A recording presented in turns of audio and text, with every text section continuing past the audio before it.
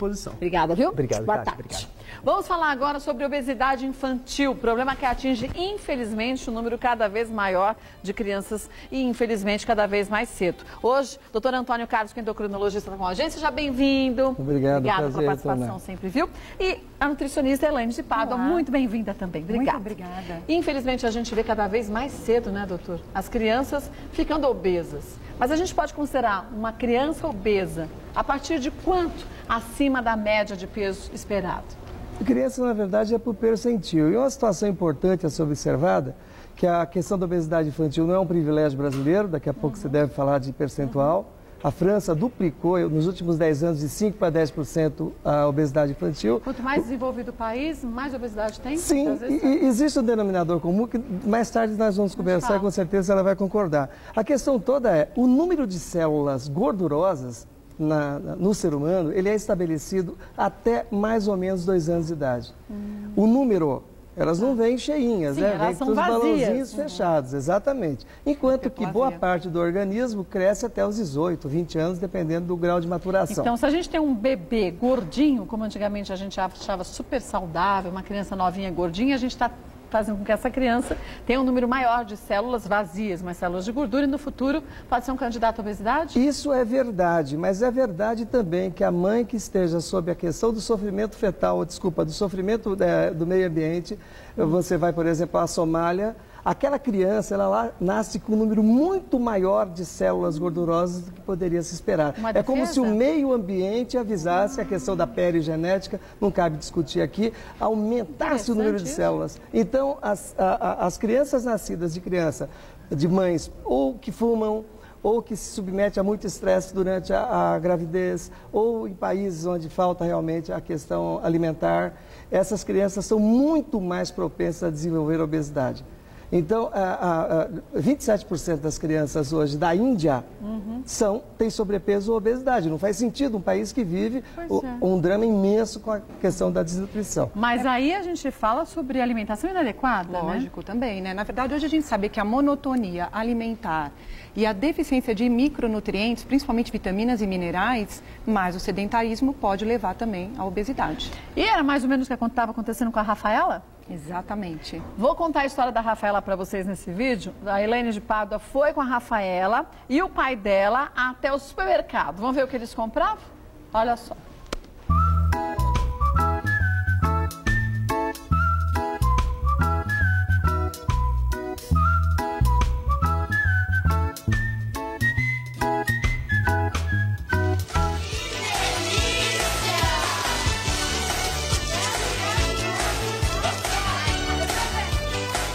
Olá, meu nome é Elaine de Pádua, sou nutricionista do quadro Vida de Mãe e hoje eu estou aqui com a Rafaela e com o Lima para falar sobre obesidade infantil.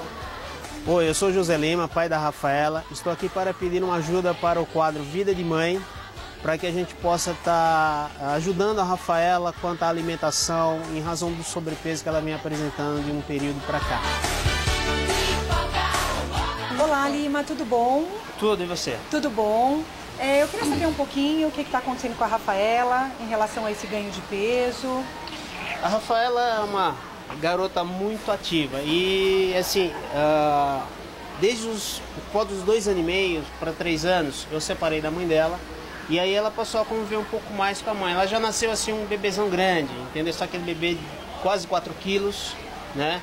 Com muita saúde. E com o tempo, até esses 2 anos e meio, 3 anos que a gente convivia junto, foi mais ou menos controlado isso. Depois do 3º ano que ela passou a conviver mais, um pouco mais distante de mim, eu diria dessa forma, eu acompanhei de longe. Então ela, talvez em razão da separação, um pouco de emocional também, e a alimentação, acredito eu, fez com que ela fosse ganhando esse peso. Esse aumento de peso. E hoje ela está com 9 anos e tem praticamente 65 quilos ou mais, se não já estiver com mais quilos que isso. Então isso me trouxe uma preocupação em procurar um meio para ajudar ela, para que amanhã ela não venha ter algum outro problema mais sério. No caso da Rafaela, que tem 9 anos, a gente veio observando que a partir dos 3 anos aconteceu alguma coisa importante na vida dela, que foi a separação dos pais. E essa filha, com certeza, ela começou a comer demais. A gente pode falar de várias maneiras. A gente vai dizer que a gente também supre as nossas carências, as nossas faltas dessa mudança comendo, que é uma maneira de suprir um vazio que ficou. Afinal de contas, esse pai saiu desta casa. Na cabeça daquela criança de 3 anos, é como se ele tivesse sumido. E ela também pode ter ficado com medo de perder essa mãe. E com isso, criou-se uma ansiedade muito grande dentro dela e ela resolveu suprir isso se alimentando a mais do que ela estava de costume. Você poderia me contar um pouquinho do que você come durante o dia? Então, por exemplo, como que é seu café da manhã? Eu como um pão com leite com chocolate, margarina. Tem fruta no seu cafezinho da manhã? Tem, às vezes. Às vezes, mas não é sempre. Essa fruta não entra sempre. Lá na escola, o que você costuma levar na sua lancheira? Na escola, um pão com margarina, às vezes, ou com requeijão. E uma bisnaguinha também com requeijão ou margarina. Perfeito. Tem mais algum outro alimento? Sim, às vezes ela coloca uma fruta, um danone, um leite fermentado. E no almoço? O que você costuma consumir no almoço? Arroz, feijão, às vezes linguiça, às vezes salsicha, às vezes bife.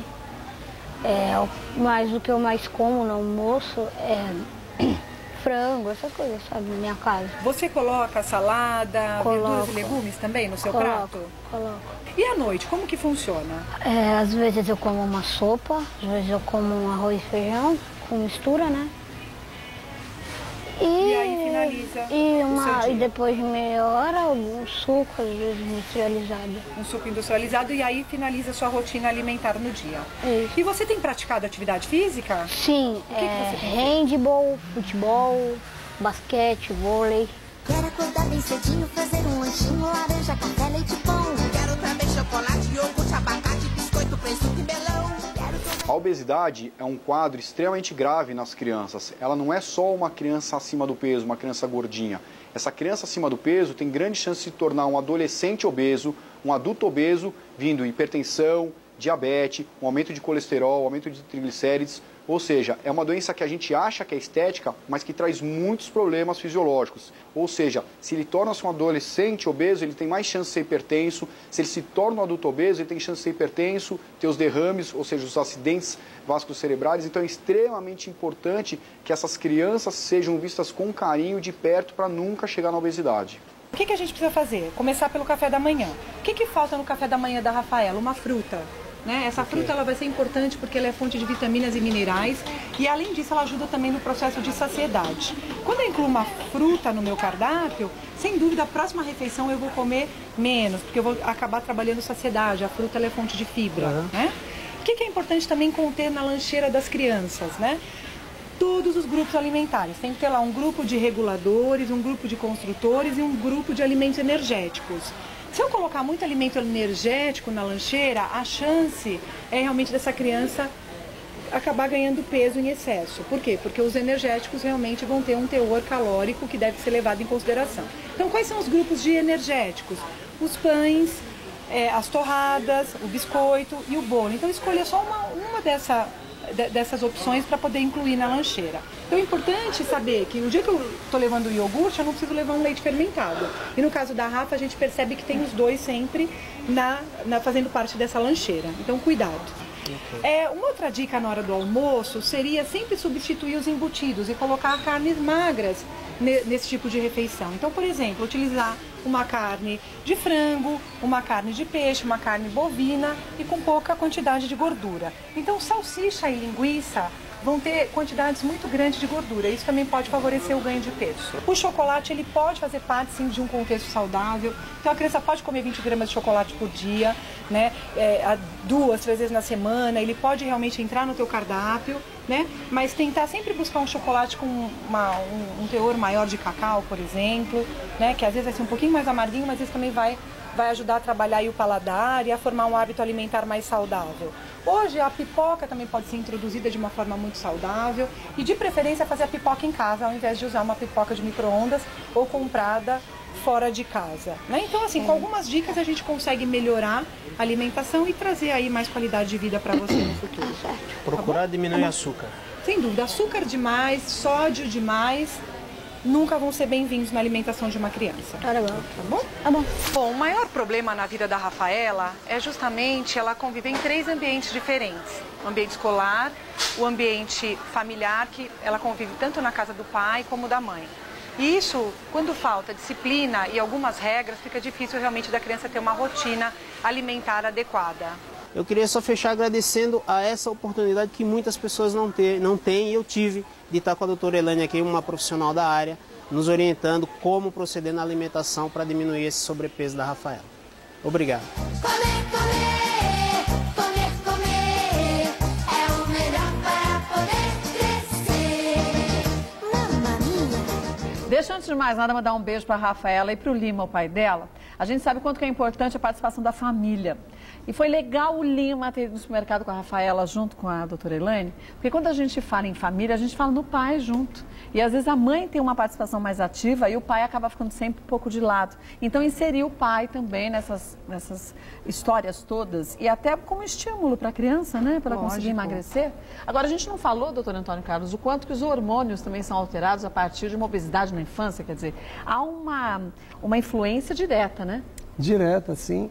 E, na verdade, o hormônio principal no jogo da obesidade é a tal de leptina. Quem faz a leptina são as células gordurosas. Quanto mais gordinhos estamos, mais leptina nós temos. Essa leptina no cérebro tira-nos a vontade de comer, ou diminui de qualquer maneira. À medida que nós emagrecemos, essa leptina baixa. E nós perdemos esse fator inibitório. E na criança é uma situação muito crítica, porque quando você tira o inibidor, que seria a leptina por emagrecer, ele tende a ser mais compulsivo. E aí entra muita orientação dietética, você poder substituir aquela compulsividade dentro da situação alimentar. Mais do que isso, além do centro da fome, onde nós relacionamos o que se gasta pelo que se ganha, temos o centro da recompensa. E é um centro, não é invenção esotérica ou coisa do gênero. É um centro, de fato, em nível central, em nível cerebral, onde nós compensamos adversidades do dia a dia com alguma situação que nos agrade. A pessoa que usa droga acaba usando mais droga, mas o que uma criança vai fazer para compensar a adversidade que nós vimos, inclusive, dentro da situação dela? É comer. Ao comer esse centro da recompensa, aumenta a produção de dopamina e ela se sente arrefecida daquela questão emocional e acaba proporcionando maior ingestão alimentar do que seria habitual. Mas é interessante, porque o corpo nessa hora ele pede açúcar ou carboidrato, né? Ninguém tem essa compulsão por comer alface, por comer morango. E vai procurar comer o quê? Exatamente, carboidratos refinados, né? Então os chocolates, né, pães e tudo que realmente não é interessante. Para a gente mostrar os alimentos. Uma situação muito interessante, se você sabe quantas vezes nós temos que oferecer um alimento para uma criança recém-desmamada, ainda amamentando, para que ela possa aceitar o alimento, de 11 a 13 vezes. De 11 a 13 vezes? Quando você coloca açúcar, quando esse alimento passa a ser doce, uma vez só e a criança aceita. Então, o grande vilão, o único alimento que nos últimos 30 anos, globalmente falando, foi aumentada a ingestão no mundo inteiro, foi o açúcar. Não tem a menor dúvida que é o grande vilão, principalmente nessas faixas mais tenras de idade. Olha, não tem a menor dúvida. Você estava falando de porcentagem agora há pouco. 70%, segundo alguns dados, 70 milhões de brasileiros, seria 40% da população, já estão com sobrepeso. Agora, se a gente falasse com 70 milhões de brasileiros com sobrepeso, quais são as doenças que ela pode ter no futuro? Quer dizer, a família, né? Porque normalmente a gente repara isso, quando é um erro alimentar, a família inteira tem o mesmo padrão, o mesmo corpinho gordinho, né? Mas nós cometemos um erro muito grave, e a doutora vai concordar comigo. Nós admitimos que o suco de fruta, ele, por ser direto da fruta, ele traga benefício com relação à comparação com o refrigerante. É um ledo engano. Quando você toma o suco de fruta, por mais aparentemente saudável que possa ser, você está consumindo um nível, às vezes, por ml maior até que o refrigerante normal, e pior que isso, a coisa boa da fruta você tirou, justamente as fibras. Quer dizer, se tem preguiça hoje em dia de descascar muitas vezes uma fruta e consumir ela, ou se for uma maçã, por exemplo, com casca mesmo. A casca também tem vários nutrientes importantes, né? E hoje nós sabemos que os sucos industrializados, eles têm um alto teor de açúcar, né? Então, muitas vezes... Este, por exato. Então, tomar muito cuidado e sempre olhar a embalagem, né? Verificar lá bonitinha a tabela nutricional e ver quanto que tem de açúcar, quanto tem de corante, de aromatizante nesse suco, porque muitas vezes pode ser um erro estar usando um produto como esse. Hoje é lógico que a gente tem alguns produtos no mercado que estão isentos de açúcar, mas muitas vezes preparar um suco em casa pode ser muito mais interessante do que utilizar o industrializado. Mas como o doutor disse, realmente, toda vez que eu uso sucos, eu acabei perdendo algo que é muito importante, que é a fibra. Mas o gostoso é colocar a criança, inserir a criança nessa história. Vamos fazer uma salada de frutas juntos? Vamos descascar? É diferente. Olha, eu descasco enquanto você vai picando. Ah, mas a criança é pequena, não pode usar uma faca. Dá uma mexerica, que ela tira a casquinha e ela sozinha aprende a criança adora participar. Pois é, desse momento. E mais, Kátia, a fruta é muito boa, a doutora vai estar de acordo comigo. O suco não é bom. Nós estamos insistindo nesse erro, não tem necessidade nenhuma. Porque o intestino, o corpo da gente precisa da fibra. Da fibra, claro, porque a fibra que não é absorvível, que dá, inclusive, velocidade no bolo fecal. É que quando você, por exemplo, combina um suco com um biscoito, com uma geleia, por exemplo, ou mesmo com um polenguinho ou um queijo branco, a gente inibe um pouco essa absorção também da frutose do suco. Então, é lógico que toda vez que a gente dá um suco, a gente vai tentar combinar isso com um alimento rico em fibra. Até porque também a criança gosta do suco. E às vezes o suco é prático. Sim, porque mas muitas vezes a fruta, lógico, não o tempo né? inteiro, mas muitas vezes a fruta, às vezes é difícil para você consumir em determinados momentos. Mas e o suco pode ser uma opção interessante. Minha mãe fazia na lancheirinha da gente, ó, faz tempo, hein? Fazia um potezinho com frutinha naqueles isopores, a gente levava, tava fresquinho. Mas a gente tinha o hábito de comer fruta. Eu pareço um tucano hoje, como muita as fruta crianças também. acabam tendo hábitos diferentes. Mas eu acho que, eu não sou completamente, eu acho que não tem que retirar o suco. Eu acho que a gente talvez tenha mas não só que equilibrar frutas, com as refeições, exatamente. E o iogurte? Super bem-vindo, até porque ele vai ter um teor de cálcio interessante. Hoje, realmente, as pessoas têm um baixo consumo de cálcio. A gente tem que lembrar que o pico de massa óssea ele vai ocorrer na adolescência. Então, eu vou estar formando ossos nessa fase. E se faltar cálcio, com certeza eu vou ser também aí um adulto com uma chance maior de ter osteopenia e osteoporose. Agora, lembrando que o cálcio ele não está presente só nos lácteos. A gente também pode investir nas hortaliças de verde escuro, que também vai ter um teor de cálcio interessante. Você falou no iogurte, mas para as crianças que têm uma intolerância à lactose... Aí pode ser um risco. Pode ser complicado, com certeza. Mas aí eu acho que tem que ser olhado cada caso individualmente para verificar se você tem que retirar ou não. E hoje também a gente tem alguns produtos que não vai ter lactose e que isentos, né, a criança pode estar consumindo. Eu só faço um alerta também em relação ao teor de açúcar dos iogurtes, que também é alta. E uma outra coisa também que a gente vai ter que tomar cuidado são com os corantes. Né? Porque hoje a gente só trabalha muitas vezes, os produtos acabam tendo uma quantidade muito grande de corantes artificiais. E não natural, porque muitas vezes é mais caro esse produto. Doutor Antônio Carlos falou das fibras, a gente tem a aveia aqui. Você conhece muita criança que come banana com aveia? Não, infelizmente, né? Deveriam consumir mais, né? Então, por exemplo, a aveia é um alimento barato e que realmente é uma fonte de fibra maravilhosa e poderia estar sendo incluída aí na dieta da criança. Isso num shake, num smoothie de fruta, no próprio suco para melhorar essa absorção da fibra, né? E retardar a absorção da glicose. E pode estar fazendo um mingau, enfim, pode estar usando para tudo. Até aí sim entra nos biscoitos integrais, já que vai comer um biscoito, pelo menos que coma melhor do que o recheado. Nutriente, não só a gordura vegetal hidrogenada, lógico, né? Com certeza. Olha, fica aqui a dica que, antes de mais nada, você repense na sua alimentação e na alimentação dos seus filhos, porque não adianta a gente falar para o filho que tem que comer aveia, se você mesmo, quando vê a aveia, te arrepia até a alma. Quer dizer, né, doutor?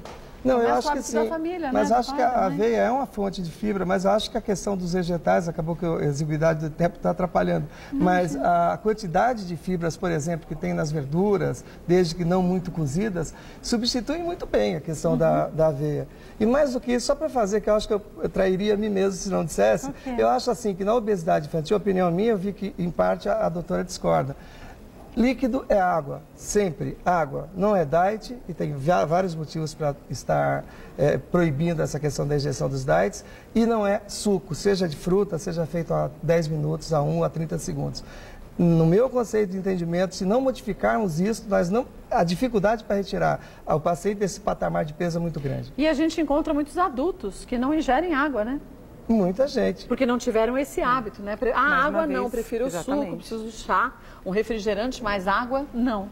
E o corpo precisa da água, né? Não tem esse hábito. Não tem. E tem que ser gradativamente, vamos aumentando gradativamente, né? Mas um copo de refrigerante, dizem que a gente precisa de 34 copos de água, e pode ser o diet, tanto faz, para eliminar os efeitos nocivos desse refrigerante no nosso corpo. Quer dizer, ele não deixa absorver direito o cálcio, quer dizer, ao invés de não ajudar, ele ainda atrapalha o funcionamento do corpo, tem ácido fosfórico que realmente vai atrapalhar nessa absorção. E é tão importante, a gente sabe como é importante todas essas funções do cálcio no organismo. Volto para a gente continuar, viu? Olha, deixa eu aproveitar só de falar o seguinte, a gente não está aqui dizendo que ninguém pode comer absolutamente nada, mas que no dia a dia o ideal seria que a gente tivesse uma alimentação equilibrada. Isso sem dizer que cá entre nós, cada vez mais as crianças ficam o dia inteiro na frente da televisão, quando estão na televisão estão no computador, quando não estão nos dois ao mesmo tempo. Você vê muita criança hoje em dia correndo, brincar? Ó, sinceramente, eu quando era criança, então aqui as minhas cicatrizes que não me deixam mentir. O que a gente corria, o que a gente fazia, ó, um outro exemplo. Eu sou muito mais ativa aos 44 que minha sobrinha aos 15, que tem preguiça de descer até ali embaixo. Muitas vezes, vamos descer, caminhar no mato. Ah, mas tá sol, aí o pernilongo. Então, gente, isso é uma questão que a gente tem que sempre bater a tecla. Estimule seu filho a fazer isso. Mesmo a gente estimulando, às vezes eles não querem. Exatamente. Boa tarde. Voltando aqui, a doutora Antônio Carlos Elaine de Pádua, a gente está falando muito da obesidade. Se consegue, no caso da Rafaela a gente viu isso, mudar os hábitos e a criança começar a perceber os estímulos dessa mudança de peso também na atividade. Quer dizer, a gente veio e a gente comentava que o quanto que ela é muito mais disposta, segundo o que você disse, do que um tempo atrás, antes de ter esses hábitos diferentes, Sem dúvida. Por exemplo, no supermercado comigo, ela fez escolhas super interessantes. Então, realmente, uma criança que já começa a se conscientizar do que realmente ela deve consumir. Então, lógico que você não vai mudar os hábitos todos de uma vez. Então, gradativamente, você vai modificando esses hábitos, né? E fazendo com que ela consiga perceber o quanto isso vai ser importante para ela. Doutor Antônio Carlos, queria lhe perguntar o seguinte, como que você enxerga o futuro do Brasil, já que a gente tem uma quantidade tão grande de crianças que sofrem com obesidade? A gente pode ter doenças crônicas chegando cada vez mais cedo? Esse é o fato, né? Na verdade, o aumento existe uma proporcionalidade entre hipertensão, diabetes e outras tantas doenças crônicas relacionadas à obesidade. A coisa boa, quando nós falamos de obesidade infantil, é que as células estão todas lá, é verdade. E talvez até consigamos interferir no processo gestacional e, como disse a doutora, na alimentação da gestante e também nos primeiros anos de vida do paciente. É que uma vez que você encheu os balõezinhos, quer dizer, que as células estão cheias, aí a complicação é muito maior. É muito maior. Então, gerir essa situação para que essas células não sejam preenchidas é o mais importante. E cada vez nós percebemos que a idade meio que limite é ali aquela adolescência. Aquele é o ponto limítrofe. Parece que é ali que a criança, perante a vaidade, perante as situações de necessidade de se mostrar ao sexo oposto e coisas do gênero, acaba tendo um incentivo maiúsculo com relação a melhor ingestão alimentar e melhor conduta de vida. Ela pode ter um estímulo, né? Exatamente. É mais fácil para ela fazer essa mudança essa hora, né? Exatamente. Olha, queria agradecer demais a participação de vocês. Espero que vocês voltem, porque esse é um assunto que a gente tem que falar muito. Dá para falar dias. Dá para falar dias e ainda falta tempo. Porque ainda vai ter assunto para mais coisas, para outras oportunidades. Quem quiser conhecer um pouquinho mais do seu trabalho, tem um site que a gente pode acessar? www.dnanutri.com.br dnanutri.com.br. E o seu, doutor Antônio Carlos? www.plasticamontenegro.com.br. Montenegro não vai gostar disso. www.plasticamontenegro.com.br. Tem os contatos do doutor Antônio Carlos. Obrigada mais uma vez, viu? E olha, que você em casa coloque em prática isso que a gente falou aqui. Não é difícil, não. É claro que vontade de comer tranqueira todo mundo tem todo dia. Só que a gente tem que ver se a gente domina o corpo da gente ou se a gente é dominado por essa vontade de comer bobagens, né?